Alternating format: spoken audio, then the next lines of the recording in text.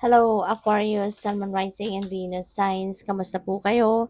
Sana po ay nasa mabuti kayong kalagayan. Welcome back po sa Star Tarot. At kung bago kayo rito, welcome din po kayo. Please subscribe, like, share my videos, and leave me a comment po kung nakaresonate kayo. Thank you. So, we have sunshine. The sun is shining on you. Career and business growth, fabulous communication and relationships. So, maswerte kayo ngayon, no? Napakaganda nito. Kasi, kumbaga, makakaroon na siguro kayo ng progress, magkakaroon na dito ng pag-asenso, magkakaroon na kayo ng magandang sitwasyon, no? In other words, in major areas of life. Pagdating sa relationship din, maganda rin kasi magkakaroon na kayo ngayon ng magandang komunikasyon with your person. So, mas maayos na din, no, yung takbo ng inyong samahan with your person. So, your next message is burnout. Your hard work will see results, but your health needs to be maintained. So, check in with your doctor, dentist, and health professional and try to maintain a healthy lifestyle. Ayan, Aquarius. So, panahon na din ito. No, it's about time na para bumawi ka sa katawan mo, bumawi ka naman sa sarili mo. Okay? Kasi you did a lot of hard work na. Ang dami mo nang ginawa. Ang dami mo nang pagsisikap na ginawa sa buhay mo, sa trabaho mo, sa career mo, business. So, nagkaroon na rin ito ng magandang resulta. So, it's about time naman para bumawi ka naman sa katawan mo. Okay? Replenish the lost energy.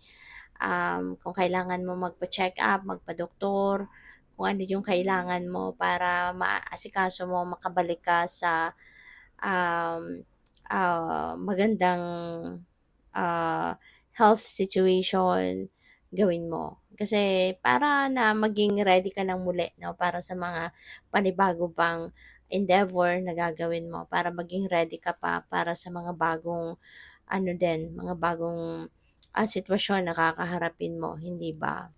So, yun. So, take care of yourself.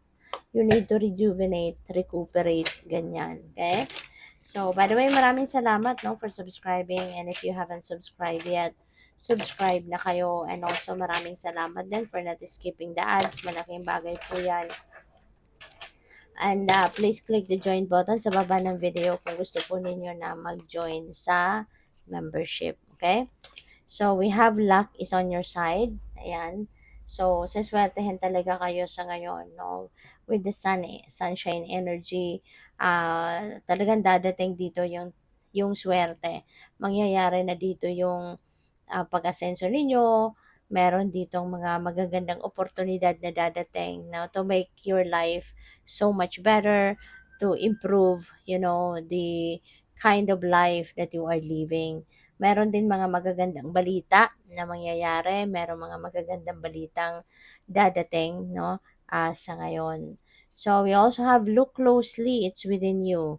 Okay? Maaari na marami kayong mga questions, no, sa sarili mo, and maybe you are looking for answers, you're seeking for answers uh, somewhere else. Maybe you are asking people, 'di ba, what to do. Maybe you're asking people ano yung pwedeng maging solusyon sa kung ano man itong concern mo about yourself, Pero alam mo, ang totoo, kasi maaaring napapansin mo na parang hindi mo naman naririnig kung ano yung gusto mong marinig. Maybe kasi hindi naman talaga kailangan na hanapin mo yung sagot sa labas. You don't need to look for answers anywhere or somewhere, but within yourself. Nandito na sa sarili mo eh. It's within you, yung kasagutan. Your soul knows what's the answer. Your soul knows what's best for you. So, hindi mo na kailangang hanapin ang kasagutan sa labas or kung kanino man. So, we have new love and reconciliation. So, this is really beautiful kasi nga maaayos na talaga yung communication ninyo with your person. Magkakaroon na siguro kayo ngayon ng mas bukas na pag-uusap. Siguro magkakaroon na kayo ngayon ng mas magandang magkakaroon kayo ngayon ng harmony 'di ba, within each other. Kaya, siguro magkakaayos na talaga kayo, 'di ba? Maaaring kung dati nagkaaway kayo, nagkatampuhan, maaaring to the extent na naghiwalay ang iba sa inyo, nag-cool off, pero ngayon things are going to change, 'no? At, siguro magsisimula na kayong mas magkaroon ng magandang pag-uusap. Siguro ngayon magkakaroon na kayo ng mas magandang relationship with each other kasi kumbaga mas magiging more ano na kayo, matured na kayo ngayon, 'no? At, yeah, so maaaring mag-reconcile kayo.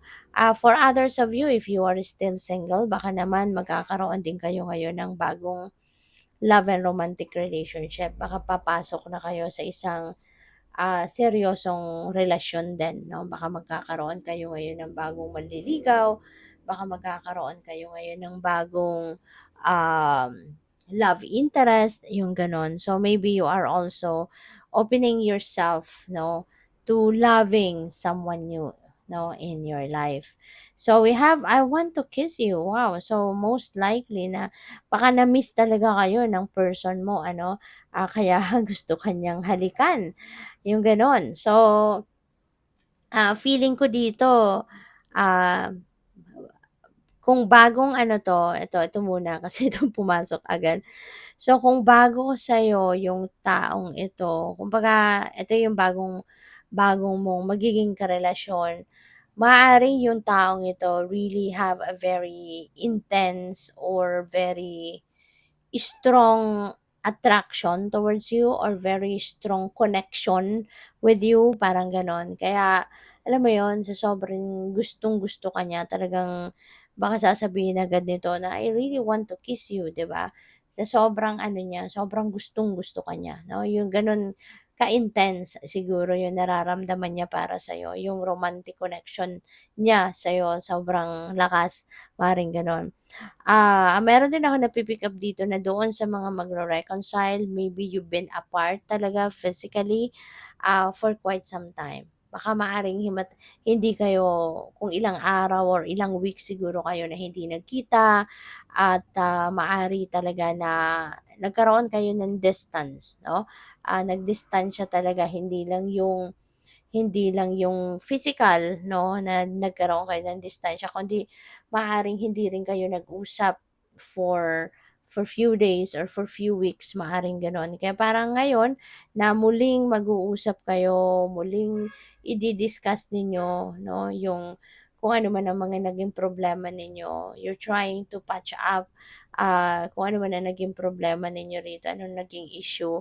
Parang sa sobrang na-miss ninyo yung isa't isa. 'No? Parang it's either ikaw yung sobrang nakamiss sa person mo or baka yung person mo yung sobrang nakamiss sa'yo, 'di ba? Kaya talagang, siguro ikaw magsasabi or siya yung magsasabi na, "I want to kiss you." 'Di ba? Kasi sa sobrang sobrang tagal siguro na hindi kayo nagkita, 'no? So, good luck sa'yo. Thank you for watching. Love and light. Namaste.